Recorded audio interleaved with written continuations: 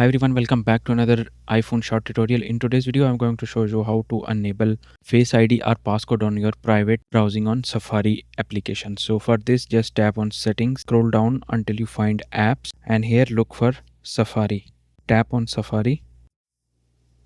Scroll down until you find privacy and security. Under privacy and security, the third option is require Face ID to unlock private browsing. Just turn it on and close.